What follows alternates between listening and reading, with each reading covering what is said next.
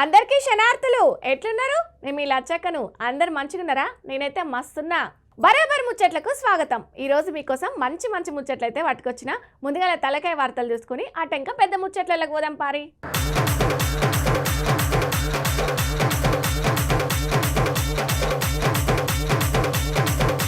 మేడిగడ్డ రిపేర్కు 1700 కోట్లు పడుతుంది కాంగ్రెస్ పాటలు.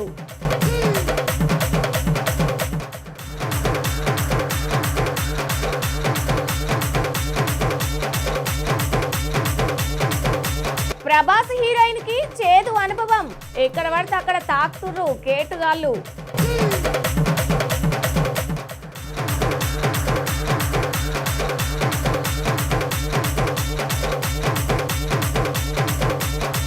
ఊళ్ళో తిరుగుతున్నాయి పులులు, సాటింపేస్తుర్రు గ్రామోళ్ళు.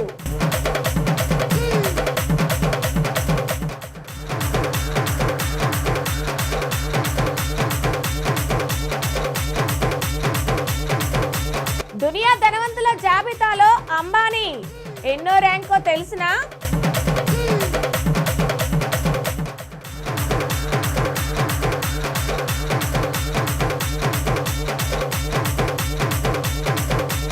హైదరాబాద్ లో ఫ్లైట్ రెస్టారెంట్ మల్లన్న చేసిండు గీ ఇకామతు.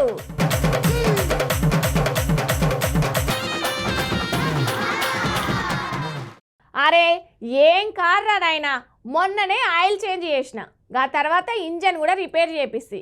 ఇప్పుడు మళ్ళో పారి బండి రిపేర్ వచ్చింది పోరి. దీని రిపేర్లకు పెట్టే పైసలతోటి కొత్త కారే కొడుతుంటు మరిగా. ఇప్పుడు తెలంగాణ సర్కారుకు కూడా గా కాళేశ్వరం ప్రాజెక్టు గిట్లే తయారైందంటల్లా.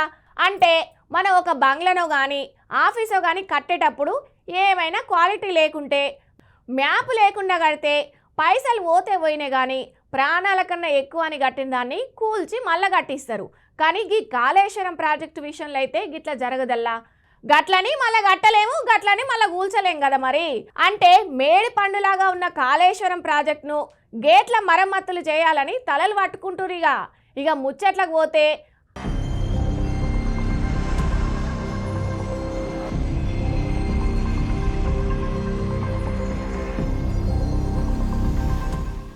కాళేశ్వరం మేడిపండులో ఉన్న మేడిగడ్డ బ్యారేజీ పనులు కాంగ్రెస్ కి కత్తి మీద సాములాగా మారిందల్లా. కాళేశ్వరం ప్రాజెక్టులో భాగమైన మేడిగడ్డ బ్యారేజీ మరమ్మతులకు భారీగా ఖర్చవుతుందని ప్రభుత్వం ఆందోళన చెందుతుంది.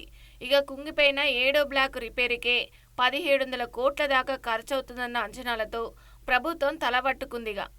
కాళేశ్వరంలో కీలకమైన మేడిగడ్డ బ్యారేజీ 7వ బ్లాకు 2023 అక్టోబర్ 21న 5.5 మీటర్ల మేర కుంగిన విషయం తెలిసిందేగా. నేషనల్ డ్యామ్ సేఫ్టీ అథారిటీ నిపుణులు వచ్చి పరిశీలించి రిపేర్లు చేయడానికి కొన్ని గైడ్ లైన్స్ నిర్దేశించారు. అందులో భాగంగానే ప్రభుత్వం పూణేకు చెందిన central water and power research centre Medigadda, Annaram, Sundilla బ్యారేజీల వద్ద టెస్టులు చేస్తుంది మరి. అయితే మేడిగడ్డ వద్ద పరిస్థితులను చూసి నిపుణులు 7వ బ్లాక్ను పునాదుల నుంచి పైదాకా 11 గేట్లతో సహా పూర్తిగా తొలగించాల్సిందేనని చెప్పినట్టు తెలిసిందల్లా.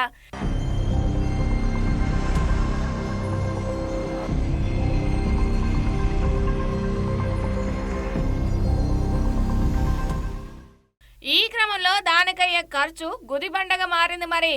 ఆ బ్లాక్ మొత్తాన్ని పూర్తిగా పునాదుల నుంచి కట్టాలంటే 1500 కోట్ల నుంచి 1700 కోట్ల దాకా ఖర్చు అవుతుందన్న అంచనాలతో ప్రభుత్వం అధికారులు అయితే తలబట్టుకున్నారు. 7వ బ్లాక్ను పూర్తిగా తొలగించి నిర్మించాలనే నీటి డైవర్షన్ను, మరో కాపర్ డ్యామ్ను ఎగోన కట్టాల్సి ఉంటుంది మరి. ఇక కాపర్ డ్యామ్ నిర్మాణానికి ఖర్చుతో పాటు అక్కడ వేయాల్సిన అప్రోచ్ రోడ్లు, ఇతర సామాగ్రికి అదనంగా ఖర్చు పెట్టాల్సి ఉంటుంది. ఇక ఇటు 7వ బ్లాక్ పొడవు 200 మీటర్లకు పైగా ఉంది. బ్యారేజీ ఎత్తుకు తగ్గట్టుగా నిర్మించాలంటే దానికయ్యే ఆర్సీసీ, స్టీలు, కాంట్రాక్టు ఖర్చులన్నీ కలిసి తడిసి మోపడవుతున్నాయన్న ఆందోళన వ్యక్తం చేస్తుర్రు. ఇక సీసీ బ్లాకులు, రాఫ్ట్లు, గేట్లు అన్ని తీసేయాల్సిన పరిస్థితి ఏర్పడుతుంది మరిగా. బ్లాక్ను కూల్చేయాలన్న పెద్ద శ్రమతో కూడుకున్న పని అని ఆందోళన వ్యక్తమవుతుందల్లా. కూల్చేస్తే వాటికున్న మెకానికల్ కంపోనెంట్లను మళ్ళీ తిరిగి వాడుకోలేరని చెప్తురిగా. అవన్నీ కొత్తగా మళ్ళీ సమకూర్చుకోవాల్సిందేనని అభిప్రాయాలు వ్యక్తం చేస్తురు. ఒకవేళ కూల్చేద్దామనుకున్నా దానికి ఆనుకొని ఉన్న బ్లాక్లకు ఏదైనా ప్రమాదం జరిగితే ఏంటన్న ఆందోళన కూడా ఇరిగేషన్ శాఖను అటు ప్రభుత్వాన్ని కలవరపెడుతుంది.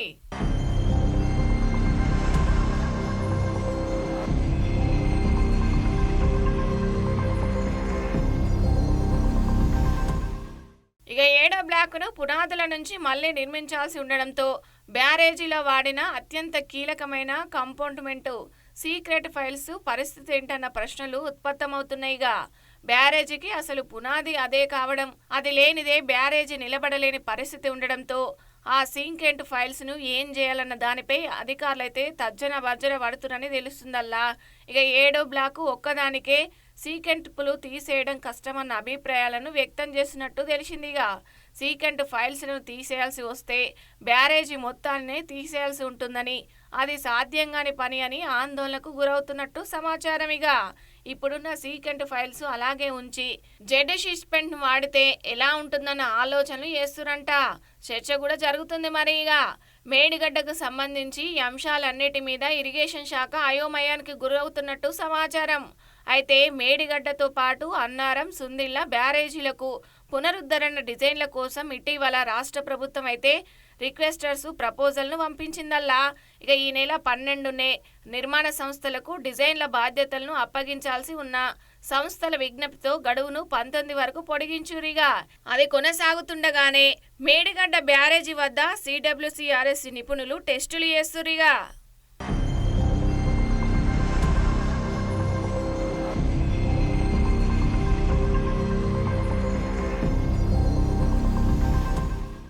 చీచీ మీరు మనుషుల మృగాల?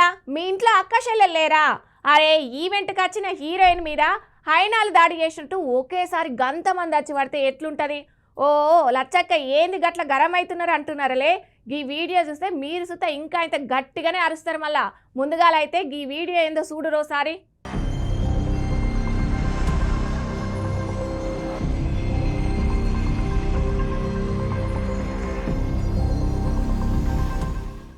టాలీవుడ్ స్టార్ హీరోయిన్ నిధి అగర్వాల్ కు చేదు అనుభవం ఎదురైందల్లా.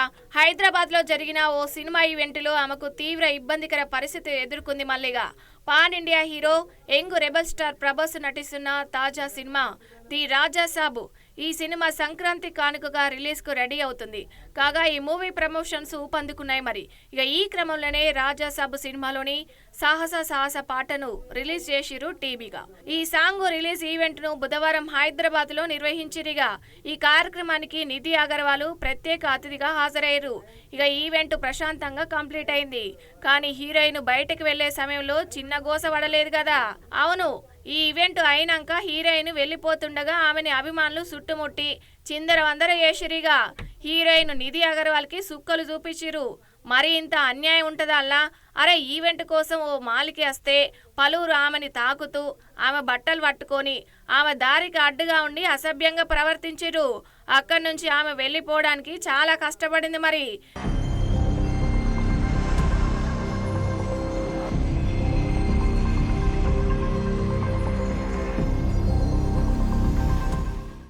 దీంతో నిధి అగర్వాల్ ఫ్యాన్స్ ఇబ్బంది పెట్టిన వీడియోలు సోషల్ మీడియాలో తెగ వైరల్ అవుతున్నాయి. మరిగా ఈ ఘటనపై పలువురు నెటిజన్లు, సెలబ్రిటీలు సోషల్ మీడియాలో లేనిపోని తిట్లు తిడుతున్నారు. పోరి ఇక సంచలన గాయని చిన్మయి శ్రీపాద ఈ ఘటనపై తీవ్ర ఆగ్రహం వ్యక్తం చేసిరు.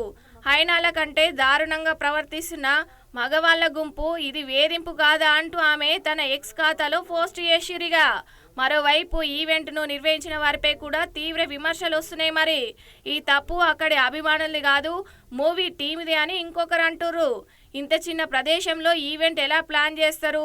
నిర్వహణ విషయంలో చాలా జాగ్రత్తగా ఉండాలి కదా. సెలబ్రిటీల భద్రతపై ఇంత నిర్లక్ష్యంగా ఎలా ఉంటారని ఒక నెటిజన్ వ్యాఖ్యానించగా, మరికొందరు మాత్రం వీళ్ళ అభిమానులు కాదు, అభిమానుల ముసుగులో ఉన్న రాబందులు అంటూ ఆగ్రహం వ్యక్తం చేస్తున్నారు. పోరిగా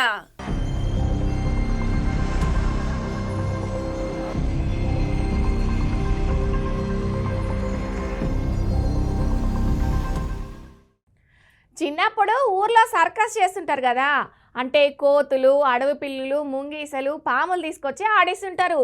ఇక అప్పుడప్పుడు ఊర్లో మీకు గుడ్డేనుగులు, నక్కలు, పెద్ద పులులు, అడవి పందులు గిట్లా వచ్చి మందిని మస్తు ఆగం చేస్తుంటాయి కదా. ఇక ఇప్పుడు కోతులు ఊర్ల మీద వచ్చి వాడుతున్నాయి. ఇక అప్పుడప్పుడు అడవి ఏనుగులు ఊర్ల మీద పడి దొరికిందంట దోసుకొని పోతున్నాయి కదా, గిట్లా అన్ని జంతువులు ఒక ఎత్తు అయితే గీ జంతువు వచ్చుడు ఇంకో ఎత్తు అని చెప్పాలిగా. ఏహే ఏ నిస్కుడు ముచ్చటేందో చక్కగా చెప్పరాదు అంటుర్లే, చెప్పుడు కాదల్లా చూపిస్తా. గుండె జబ్బు ఉండేటోళ్ళు కాస్త దూరంగా పోయి చూడరు మరి గీ ముచ్చటేందో.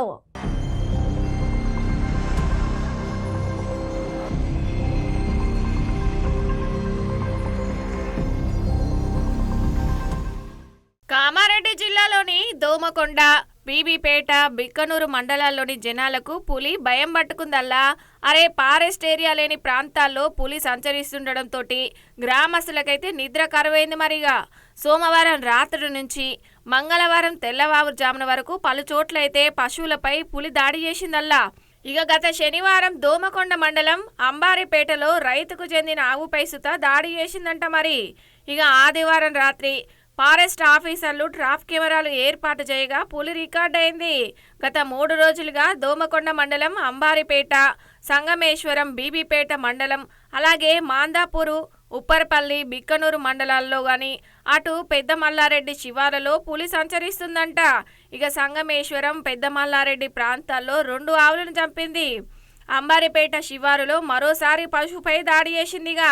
వేరువేరు మండలాల్లో పశువులపై పులి దాడి చేస్తుండడంతో స్థానికులైతే భయాందోళన నెలకొంది. ఫారెస్ట్ అధికారులు వెళ్లి పులి పాదముద్రలను సేకరించిరిగా.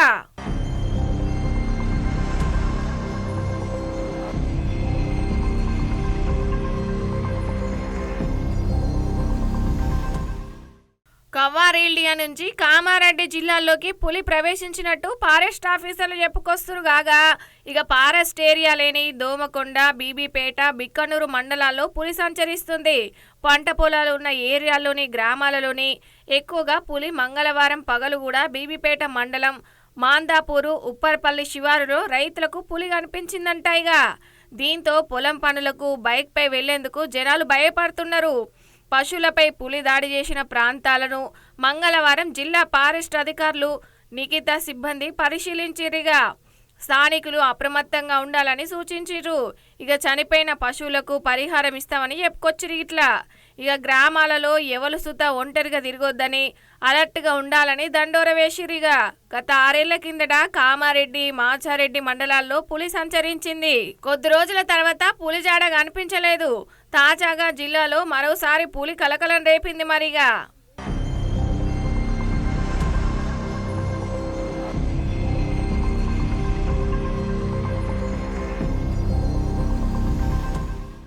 ఇక ఈ పులులు మహారాష్ట్ర తడోబా రిజర్వ్ ఫారెస్ట్ నుంచి 2 రోజుల కిందట గోదావరి నది దాటి రామగుండం ప్రాంతంలోకి మూసివేసిన సింగరేణి, మేడిపల్లి, ఓపెన్ ఆర్కు అటవీ ఏరియాకు వచ్చిన పెద్ద పులి జాడ కోసం ఫారెస్ట్ ఆఫీసర్లు సెర్చింగ్ చేస్తురిగా.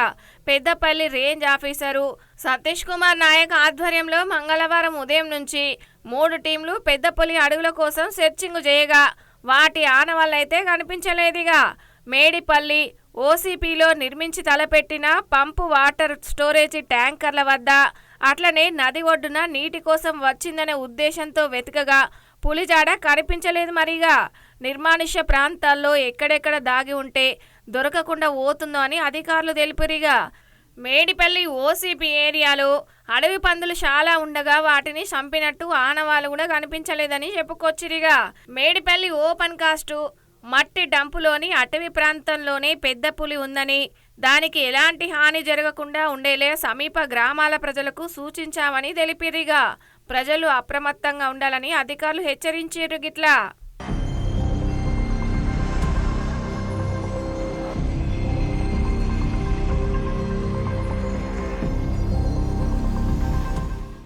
మన దేశంలో బగ్గా ధనవంతులంటే ఎవరి పేరు చెప్తారల్లా? ఏం ఆలోచించకుండా మీ చేతిలో ఉన్న ఫోన్లో వాడే సిమ్ అధినేతనే ముఖేష్ అంబానీ పేరు చెప్తారులే. గాయనే మన దేశంలో బగ్గా ధనవంతులైన ముఖేష్ అంబానీ. కానీ దునియా అంతటా బగ్గా ధనవంతులు ఎవరంటే ఏం చెప్తారు? మీకు సుతగా డౌట్ వచ్చింది కదా, అందుకోసమే దునియాలో ఉన్న ధనవంతుల జాబితానైతే ఇప్పుడు మీ ముందుకు తీసుకొచ్చిన. మరి మీరు సుత ఓ పారి చూడురి.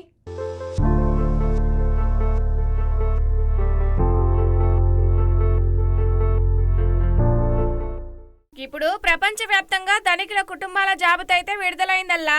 ఇక ప్రపంచంలోని 25 సంపన్న కుటుంబాల జాబితాను బ్లూంబెర్గ్ విడుదల చేసింది. మరిగా ఈ జాబితాలో భారతదేశం నుంచి అంబానీ కుటుంబానికి చోటు దక్కిందల్లా. ఇక 25 సంపన్న కుటుంబాలలో అంబానీ ఫ్యామిలీ 8వ స్థానంలో నిలిచింది. మరిగా అంబానీ కుటుంబం అపారమైన సంపద, ప్రపంచ ఆర్థిక వ్యవస్థలో ప్రత్యేక స్థానం ఉందంటూ పేర్కొంది. మరిగా ఇక బ్లూ మార్క్స్ ప్రకారం అంబానీ కుటుంబ సంపదకి ఇప్పుడు ఏం తక్కువ 105.6 బిలియన్లుగా ఉన్నట్టు తెలిపిందల్లా. ఇది ప్రపంచంలోని అత్యంత ప్రభావవంతమైన వ్యాపార రాజవంశాల్లో ఒకరిగా వెల్లడైంది. మరి ఇక రిలయన్స్ ఇండస్ట్రీస్, శక్తి, పెట్రోకెమికల్స్, టెలికమ్యూనికేషన్స్ వంటి రంగాల్లో పనిచేస్తుందని తెలిపారు. మరి ఇక అదే సమయంలో డిజిటల్ సేవలు, స్థిరత్వము ఆధారిత వెంచర్లలోకి కూడా విస్తరిస్తుందని పేర్కొన్నారు. ఇక అమెరికాలో రిటైల్ దిగ్గజం వాల్మార్ట్ యజమానులైన వాల్టన్ కుటుంబంగా పేర్కొంది.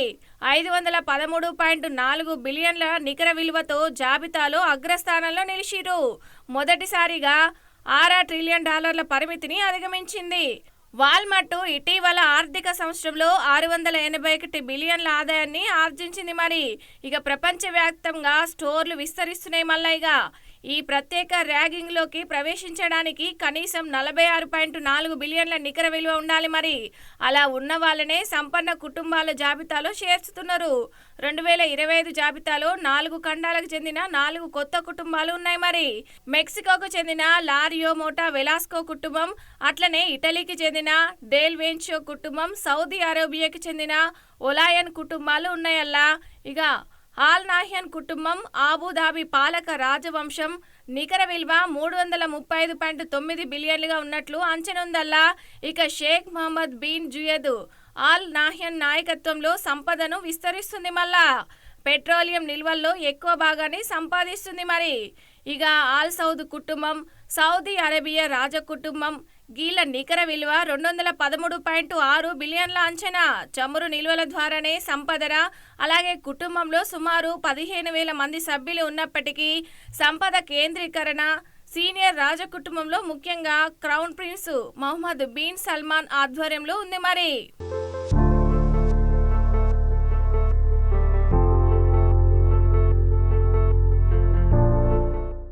ఇక మరోపక్క ఆల్తానీ కుటుంబం, ఖాతర్ పాలక కుటుంబం నికర విలువ 199.5 బిలియన్లుగా అంచనా ఉందల్లా. 1940లో చమురు కనుగొన్న తర్వాత సంపద పెరిగిందంట. తాత్కాలిక ఎయిర్ ఫోర్స్ వన్గా ఉపయోగించుకునేందుకు ఆల్తానీ కుటుంబం ఇటీవల ట్రంప్ విలాసవంతమైన బోయింగ్ 747ను బహుకరించింది. మరి ఇక హెర్మెస్ కుటుంబం 6 తరాలుగా హెర్మెస్ కుటుంబం ఆదాయము 184.5 బిలియన్ల అంచనా.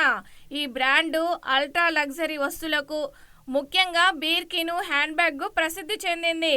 ప్రపంచంలోని అతిపెద్ద లగ్జరీ గృహాలలో ఒకటిగా ర్యాంకు పొందిందల్లా.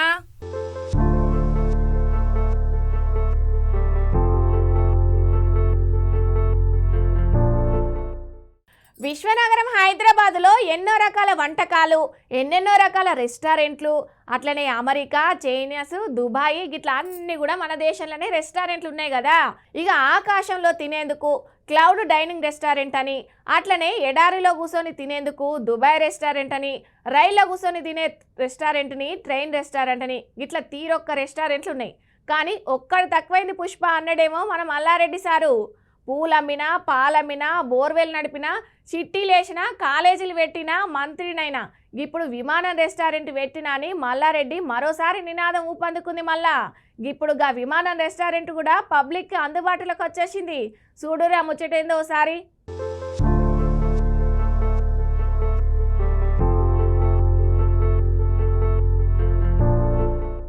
హైదరాబాదు మన విశ్వనగరంలో మరో కొత్త రెస్టారెంట్ వచ్చిందల్లా.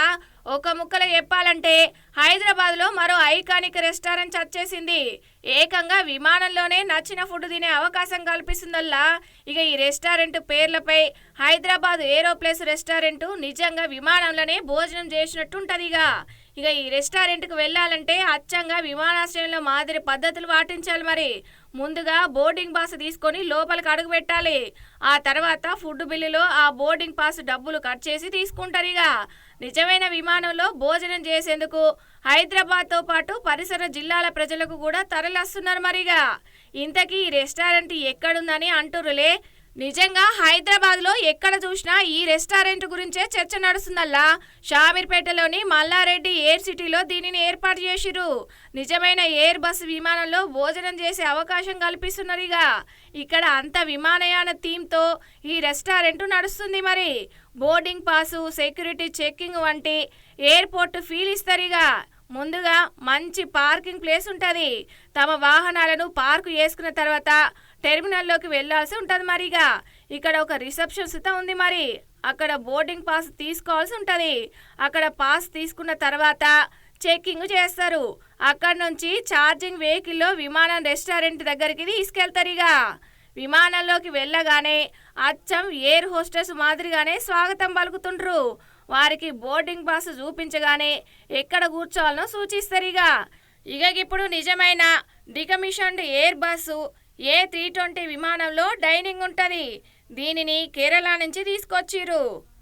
ఇన్లైట్ స్టైల్ భోజనము, సీట్లు విమానం సీట్లలో ఉంటాయి. ఇక మెనూ చేతిగా అందిస్తారు. ఇక్కడ హలీము, బిర్యానీలు, non veg, veg dishes, Chinese dishes కూడా ఉంటాయి.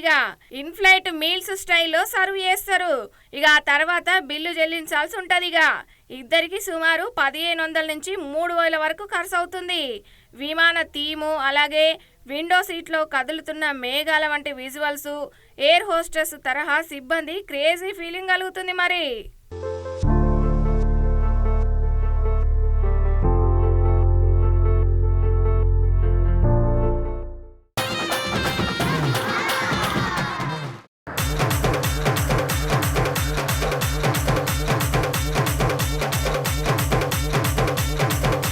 మేడిగడ్డ రిపేర్కు 1700 కోట్లు పడుతుంది కాంగ్రెస్ పాటలు.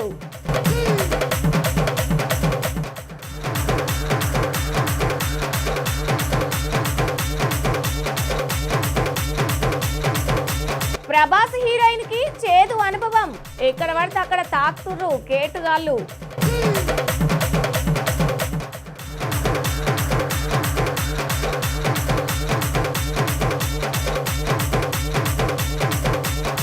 ఊళ్ళో తిరుగుతున్నాయి పులులు, సాటింపేస్తుర్రు గ్రామోళ్ళు.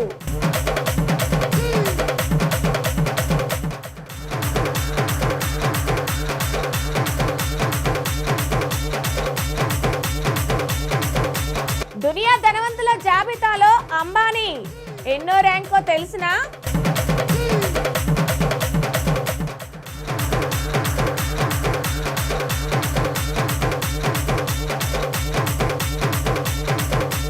హైదరాబాద్ లో ఫ్లైట్ రెస్టారెంట్ మల్లన్న చేసిండు గీ ఇకామతు.